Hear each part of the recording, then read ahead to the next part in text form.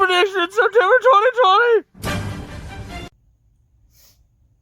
is that? Oh, hey guys. Didn't see you there. Welcome to my September 2020 Banlist Prediction video. In this video, I'm going to go over some of the cards I feel like are going to be hit either banned, limited, semi-limited, or unlimited for the upcoming format. So first off, I'm going to start with the forbidden cards, and I'll put them somewhere in here. So for the first card, we have Victory Dragon. Now, I have Victory Dragon going unlimited. We're going to start with the unlimited section. I don't remember if I mentioned that, but I'm mentioning it now.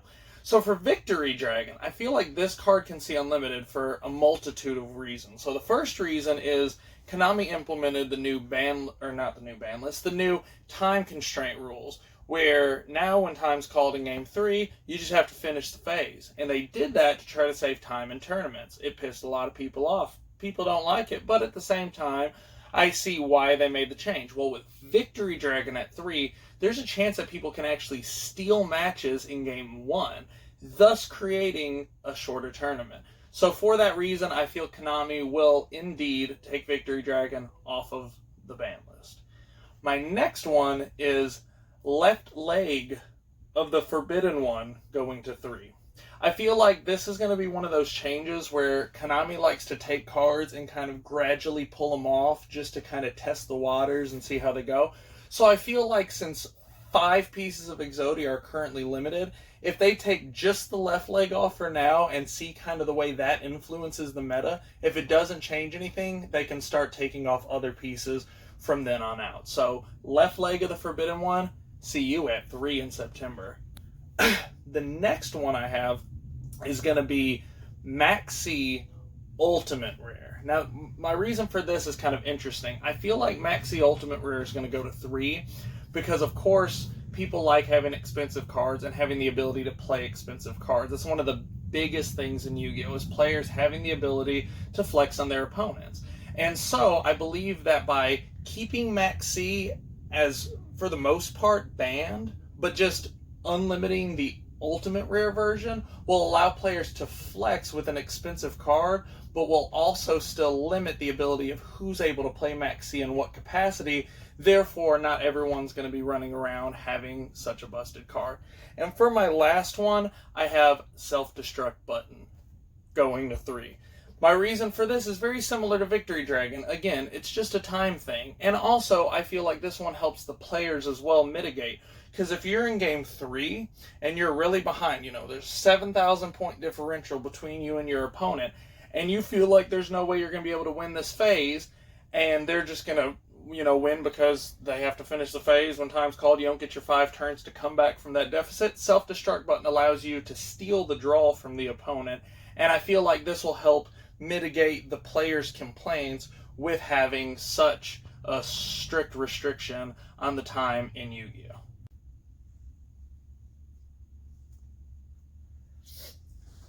So next up, we have the semi-limited cards. So first up for the semi-limited cards, I have Wind Effigy. Why Wind Effigy? Well, for those of you who don't know, Wind Effigy can be treated as 2 tributes for the tribute summon of a Wind normal monster. May not seem like a big deal to you, but check the Yu-Gi-Oh! Database and look at all of the Wind normal monsters that are level 7 or higher, and you'd be surprised at how many busted items are there.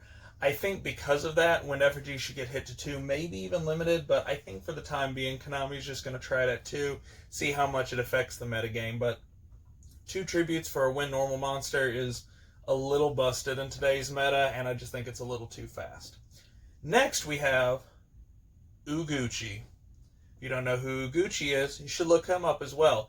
He is a level 1 monster whose effect is this card can attack your opponent directly. Now, why would that need to be semi-limited? Well, it's just one of those cheesy ways to kind of steal games. If your opponent's life points are less than the attack of Uguchi, he's just an easy normal summon and a free win. He can get over most boards. He doesn't have an activated effect, so you can't negate him. You have to be able to stop his summon, or he's just going to rob the game from you. I mean, that's just how it goes.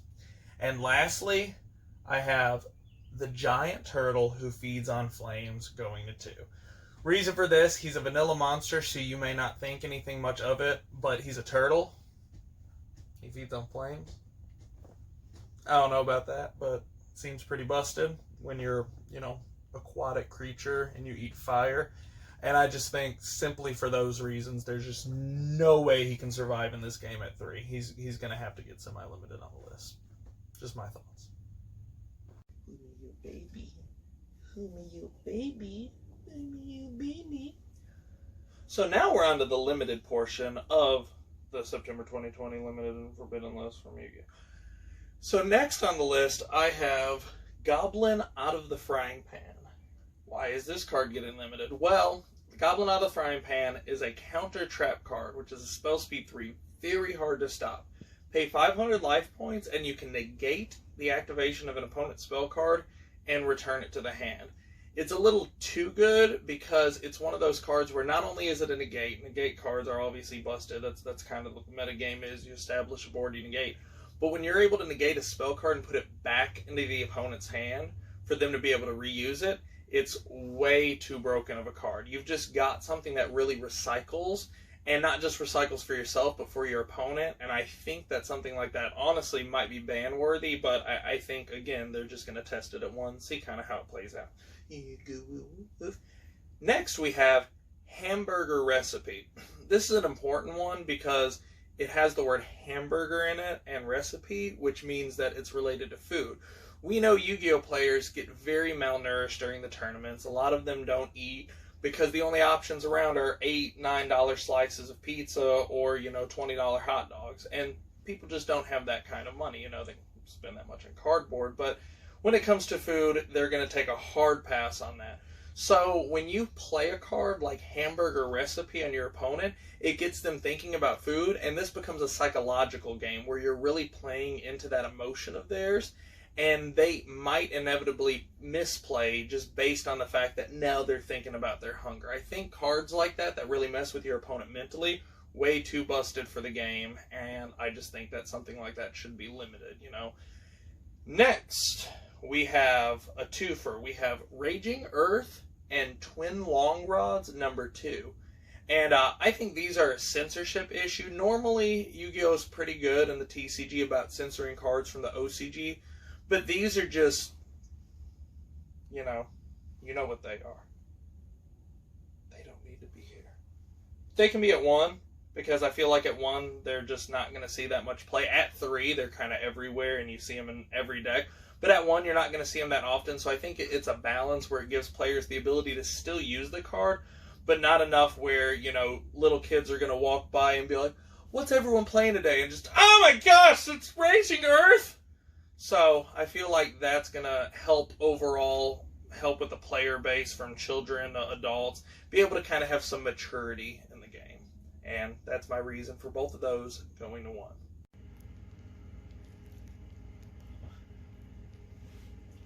And for the last portion of this ban list prediction, I have the forbidden section. So, first up on the list, we have Hungry Burger. Now, I've already got Hamburger Recipe going limited, so why Hungry Burger? Again, same thing, psychological warfare.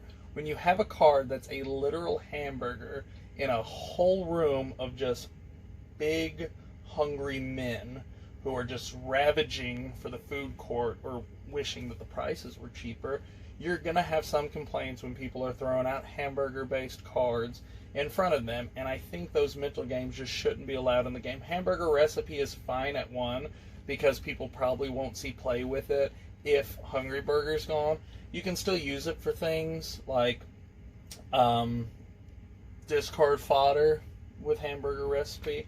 It's still a spell card that you can pitch for like Curse Seal of the Forbidden Spell, so it still has use even with Hungry Burger being banned, but I feel like it'll see significantly less play without Hungry Burger in the meta.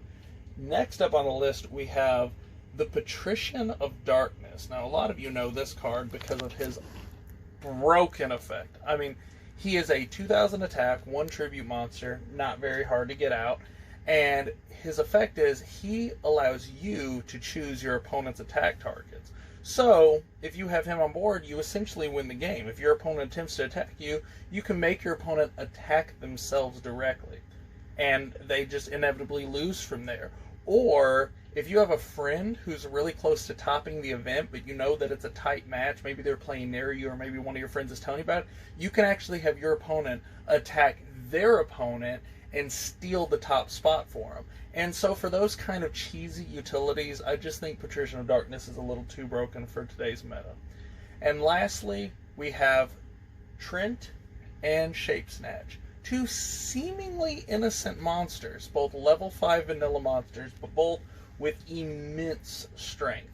Trent is a tree who is believed to be immortal. Now, I don't know about you, but if something is immortal, that means he's not going to be able to be banished, he's not going to be able to be destroyed, or even removed from the field. He's immortal. You can't do anything to him. You can't even damage him.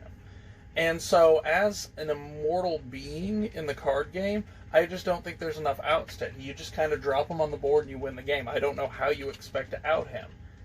Unless you have the other one, Shape Snatch. Shape Snatch, another level 5 vanilla monster. But again, just because they're vanilla, you think, oh, they can't do anything. Shape Snatch is a bow tie who controls his enemies by taking them over. So you may be immortal, but if Shape Snatch gets a hold of you and takes you over, now you've gotten out. So instead of allowing both of those to be in the metagame, I think we should just allow both of them to be gone. They're just way too... You've got one that can't be destroyed, and you've got one who can take control of anything. And that's a fun fact for you, too. Most people think Shape Snatch is like that whole thing on the card. It's just the bow tie. Read the text box. But anyway, guys, I think that's going to do it for my September 2020 Banlist prediction. I have a strong feeling about this, probably stronger than I have for any other prediction. I don't know if it'll be right, but let me know what y'all think in the comments down below. And I guess tune in next time for my next video. Until then, peace out.